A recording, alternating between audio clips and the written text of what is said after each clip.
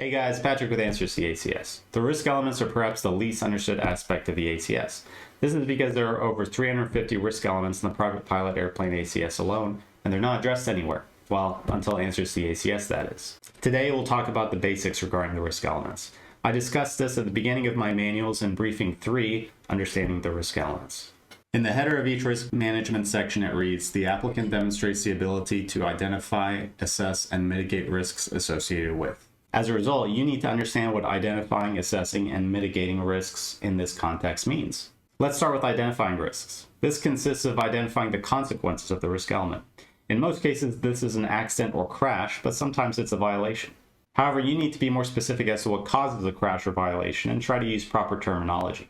In the case of aeromedical factors like hypoxia or carbon monoxide poisoning, this could lead to pilot incapacitation, which then leads to loss of aircraft control, which then leads to a crash. In the case of a stall or spin, this could lead to loss of airplane control.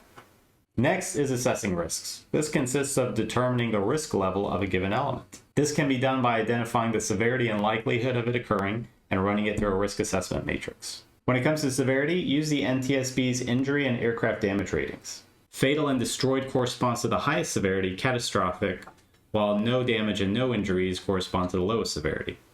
In order to determine severity objectively, you need to research accidents, NASA reports, studies, and other sources to see what all is happening in the field.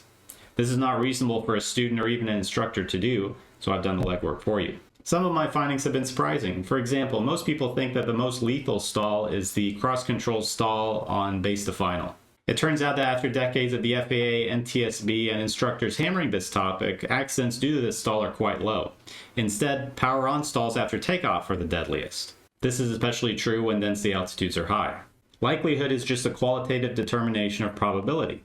Probable means it's basically going to happen, improbable means it won't, and then we have a couple in between.